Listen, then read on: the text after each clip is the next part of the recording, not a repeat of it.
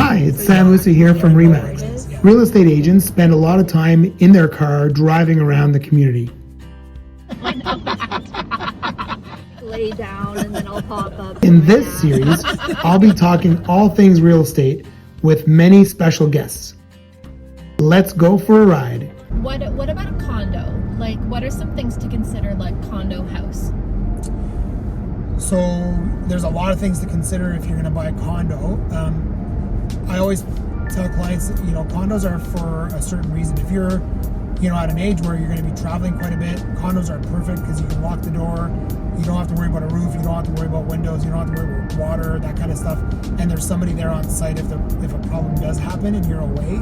They're great for that. If you're, it's a way to enter the market as well. You just got to be careful with the building that you're going to be buying in. Condo fees are, a big factor, and you got to dissect the condo fees in terms of how their reserve fund allocation has been and the trending of that, how old the building is, how well it's been running, if there's any judgments or any problems against the condo corporation or the building when it was being built. So there's a lot of things that you got to factor in if you're going to want to buy a condo. And the price point, condo-wise, whether it's a condo townhouse or a condo building, your price point is going to be lower than purchasing, a single dwelling or a townhouse that does not have a condo fee. How do you know if a condo fee is too much? Like, how do you know? Good question, actually. That's You ask your realtor. Yeah. Yeah. You ask I guess Sam. you know, but Yeah. So it does. So I guess what that. are you looking for in a condo fee? Like, obviously lower fees are better, but what What do they include? yeah. Yeah, so when you're buying a condo, you gotta really be careful on what that condo has in terms of amenities, and if you're gonna use those amenities. That's the big question. Yeah. So if a condo has a pool and a gym and squash courts and so on, and you're never gonna use those, well, you're gonna be paying for those amenities in your condo fee for maintenance, for upkeep, for problems, and regardless of the fact you're going to be paying for them, you won't have a say whether you're able to,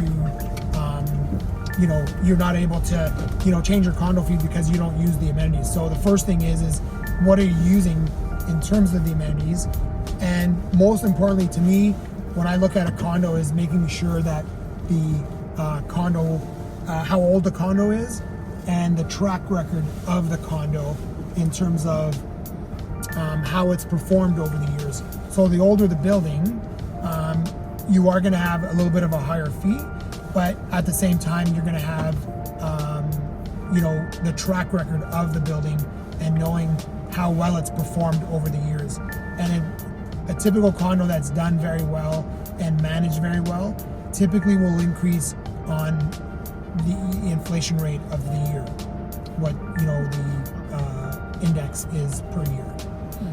Are new condos better than old condos for fees? Like, include more or?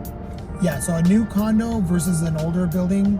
So the new condo, you're going to start with a lower fee, absolutely 100%. But we've seen it where a new condo, 5 years in, the fee is almost double than a condo that was built in 1970. So it all really depends on the builder of the condo, and if there has been any issues when they did build the building and when the building was built. So if the market is a very busy market and very strong in terms of construction, and the trades they have a hard time finding trades, the buildings are not usually built as well as when the older days where cost of labor was not as expensive as it is now, and the buildings are built more solid than they would be today. So many reasons to use a real estate agent. Yeah, exactly. Yeah, and typically your realtor should know which buildings have had issues, have had judgments, problems with.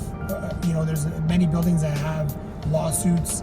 I know of a building that has had a indoor pool that hasn't been open for over 2 years, and the reason why it hasn't been open is because there's been problems between the builder and the condo board in terms of who's going to repair it and who's responsible for it.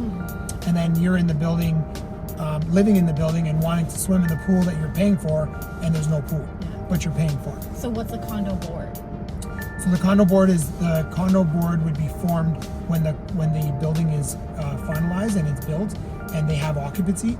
Then the condo board is formed, and they have a property management company that would manage the building and would work with the condo board. So it's like neighborhood watch for condos. It's kind of ish. I got you, and it's a good life. Yeah, exactly.